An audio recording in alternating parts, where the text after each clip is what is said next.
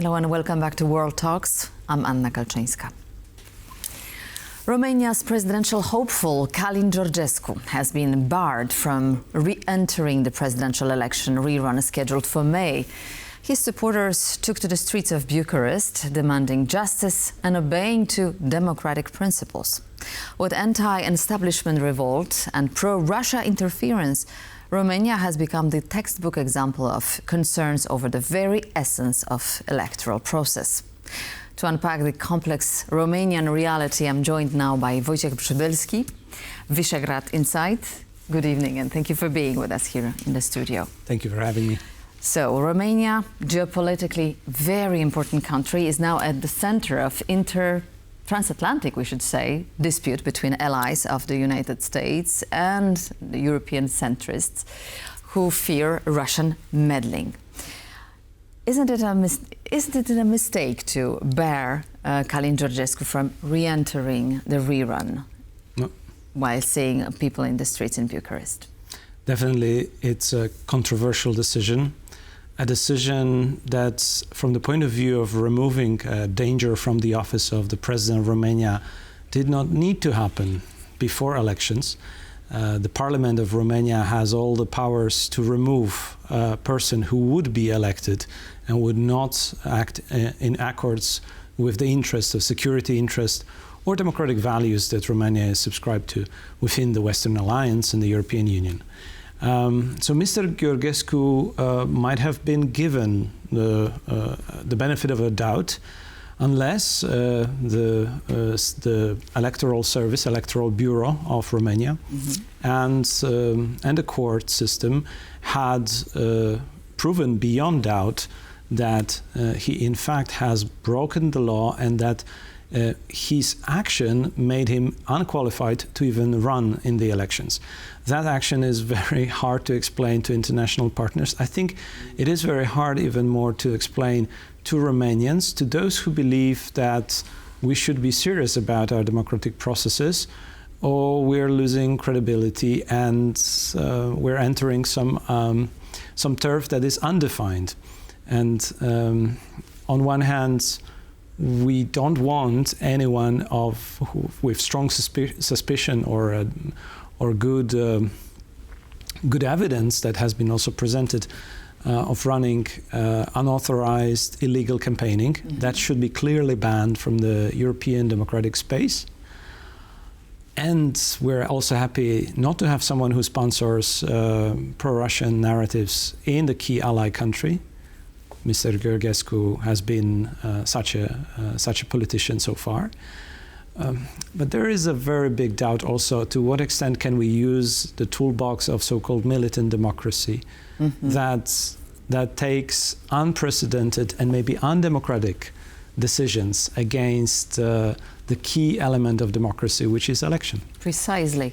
Georgescu has been sentenced for anti-Semitic narrative. He also was widely using pro-Russian narrative, but still, this is just one part of the process, and bringing evidence is still ongoing, so we don't really know exactly what his guilt in this electoral process was, and is he going to be charged or not. Still, the evidence hasn't been presented. That's correct, and we know that the allegations are on extremist speech, which again is harder and harder to explain to international audience, because how do you qualify extremist or hate speech in many countries in the United States and other countries that may fall under the freedom of speech, freedom of expression. We know that J.D. Vance, the Vice President of the United States, have essentially said that this case in point of barring someone based on the expression, the freedom of expression, or limits to the freedom of expression, is not understandable and is not welcome by the United States. So far, J.D. Vance has been silent officially on the case of Romania barring Georgescu from the race. But Elon Musk hasn't been silent. He said it's a scandal, or can't remember exact quote, but still he absolutely reacted.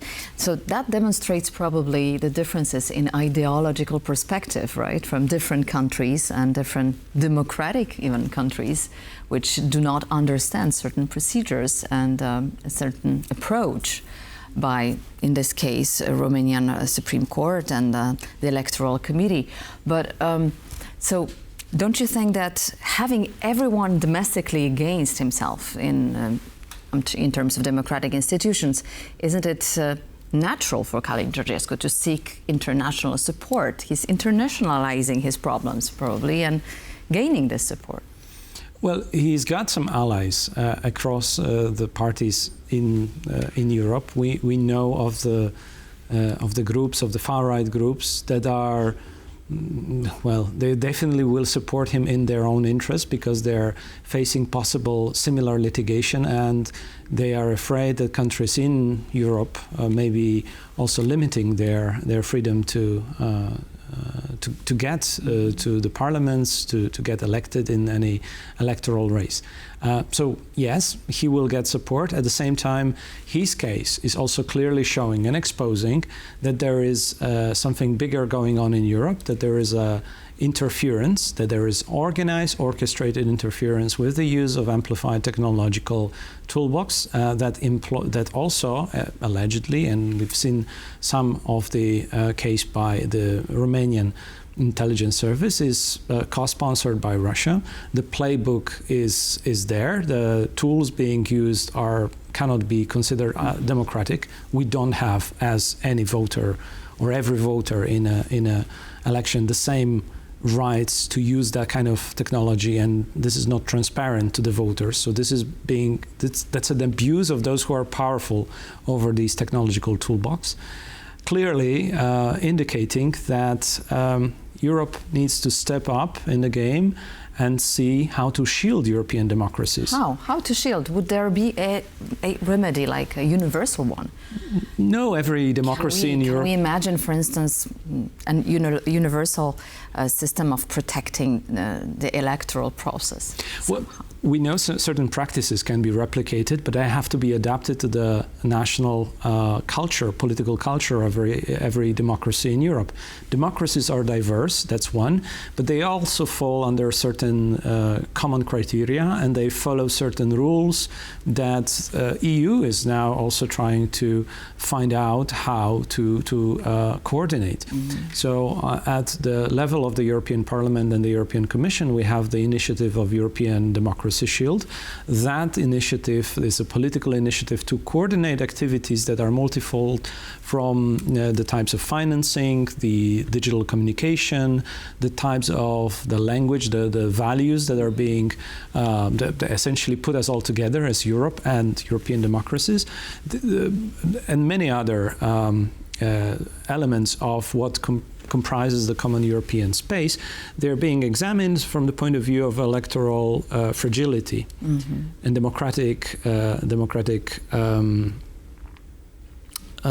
possibilities of influence on the democratic process.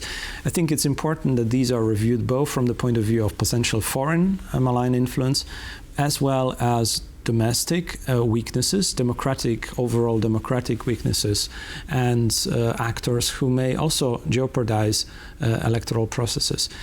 EU will not be able to impose it on member states. Member states compose and EU comprises of member states diversity of democratic practices and cultures, but the level of coordination must be there, because if we don't coordinate and learn fast from the failures that have been there all over Europe, we will open doors for and invite more interference from malign actors, domestic and foreign, like Russia or China, Iran, and so on. The problem is that it's hard to define what democracy is and is not. Well, it's quite clear. We have the principles of what democracy is. It is ability of electing new leaders and having a peaceful transition of power through the democratic means of election. That's the basics. And unless we have those, we can't speak of democracy. But the general understanding, common understanding, like in Bucharest streets, is that we elect people that we want, and people simply do not analyze who is and what is behind. Yes, but the process... Unless it is proven otherwise, right? But every process of election takes place under certain rules. There are rules of the game. If someone undermines the rules of the game or wants to hijack or transgress the rules of the game, then there are penalties there, and that is the case. So what's going to happen in Romania right now? Do you foresee a peaceful process in May, a rerun that will see other candidates and Călin Georgescu simply being put aside? Or do you foresee a different evolvement? It's a great crystal ball question, and I won't pretend I hold one, but it doesn't seem that Romania is going into much more turbulence. To the contrary, it is quite a stable country in the context of security, of defense. This is still a country where we are having a buildup of the military base, the biggest US military base on the continent. There are no signs of any withholding or withdrawal from that plan, because Romania is strategically positioned in the basin of the Black Sea. On the other hand, we have a booming economy. Romania is fastly growing, developing, with a lot of Polish participation. Polish entrepreneurs and investors are strongly connected to Romania. There is huge potential of growth. So these two factors, the security and prosperity factors, stabilize the country, but on democratic performance, there is a great deal of progress that should be made. And that is not only about domestic or foreign malign interference, like Mr. Georgescu, the far right, or Russia sponsoring any of that, but that is so much more about the performance of media, the public space, the trust in the political space, the corruption and transparency that Romania is still facing trouble with. In many ways, the society has been rebelling in these elections, in the elections that have been cancelled, and in the elections that are currently ongoing, against the poor performance of the current establishment. And that is something to be watchful for in what happens to the eventual change that politically Romania will also face at a certain moment. But for that, we need to see into the future a little bit more. As long as there is security, as long as there is prosperity, I don't see a dramatic change into the type of candidacy of Mr. Georgescu. Parliamentary elections have actually elected a continuation of the political line we have seen over the past years. Traditionally pro-Western and pro-EU as well. Romania holds election this May. Thank you so much, Wojciech Przybylski. So we're going to see what's happened next in Romania. And thank you very much for being with us tonight, and thank you for watching. This was World Talks. Stay tuned to TVP World for more.